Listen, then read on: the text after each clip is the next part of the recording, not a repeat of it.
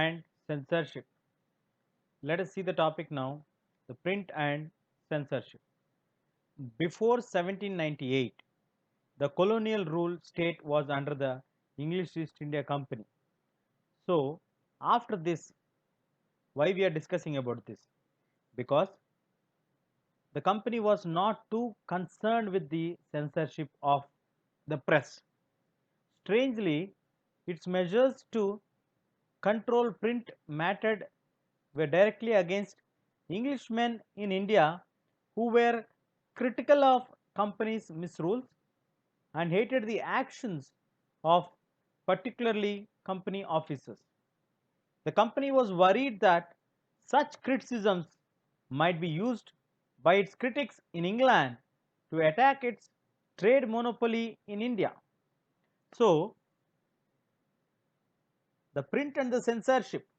By 1798, the colonial state, which was under the control of East India Company, was never too much concerned about the censorship at all because they were different in controlling.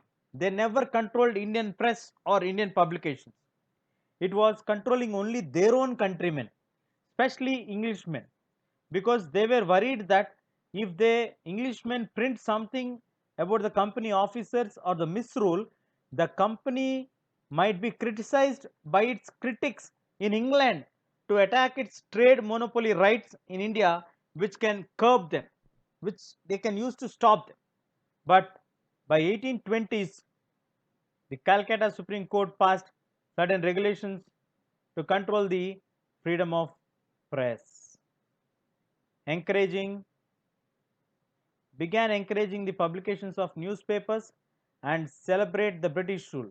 So by 1820s, Calcutta Supreme Court passed certain regulations to control press freedom, and the company began to encourage the newspapers which would publish British rule as a great rule, which would be publishing the British rule as a celebration of ruling. So in 1835, they faced urgent petitions by the editors of English and the vernacular newspapers. Governor General Bentinck agreed to revise the press laws. So, by a lot of petitions by the editors of English and the vernacular newspapers, Governor General Bentinck agreed to revise the existing press laws. Thomas Macaulay, a liberal colonial officer, formulated the new rules and restored the earlier freedom of press through his ideas and through his recommendations. But after the revolt of 1857, the attitude of the freedom of press was changed. Enraged Englishmen demanded to clamp down on the native press. The vernacular newspapers became assertive nationalist because the colonial government began debating measures of stringent control. So after 1857 revolt, naturally the attitude of the freedom of press changed. The Englishmen were enraged and demanded a clamp down on the native press. The vernacular press became more assertively nationalist, start to propagate about the national ideology, national sentiments. So the colonial governments now started to begin debating about the stringent controls to be kept on the vernacular press. So in 1878, the Vernacular Press Act was passed, which modeled the Irish press laws.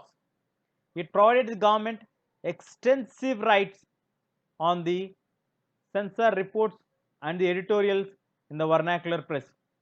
And from now, the government can keep regular track on the vernacular newspapers published in different provinces. When the report was seditious, newspapers were warned, and if the warning is ignored, the press was liable to be seized and machinery would be confiscated.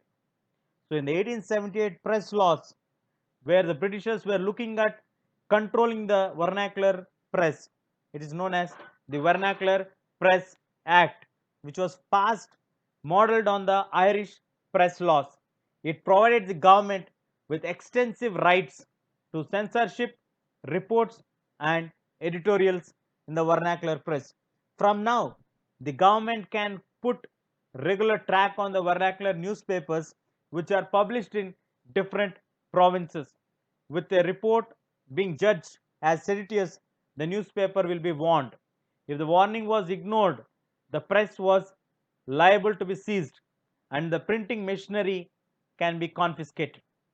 In spite or despite of these repressive measures, the nationalist newspapers grew in numbers in all parts of India. They reported the colonial misrule and encouraged the nationalist activities on larger scale. Attempts to throttle the nationalist criticism provoked militant protests. Thus, in turn, led to renewed cycle of persecution and protest. When Punjab revolutionaries were deported in 1907, Bal Gangadhar Tilak wrote with great sympathy about them in his Kesari. This led to the imprisonment in 1908, provoking in turn widespread protests all over India. So, despite of the measures taken by the nationalist newspapers or the oppressive measures taken by the Britishers, the newspapers publishing the nationalist sentiments grew in large number in all parts of India. They reported of colonial misrule and encouraged national activities. Whenever they tried to throttle the nationalist criticism that proved to be militant protest, they renewed the cycle of persecution and protest. The Punjab revolutionaries were deported in 1907, which Bal Gangadhar Tilak wrote with great sympathy about them in his Kesari, which led to the imprisonment in 1908, provoking in turn widespread protests all over India. So, print culture created a wide awareness among the Indians on the view of nationalist sentiments which were carried by the print technology alone. Gandhiji said in 1922, liberty of speech, liberty of press, freedom of association. The government of India is now seeking to crush the three powerful vehicles of expressing and cultivating public opinion. The fight for Swaraj, for Khilafat means a fight for this threatened freedom before all else. So, with this, we come to the end of this particular topic, print culture and its impact on the world. If you need anything, please do comment below and subscribe to our channel. Thank you.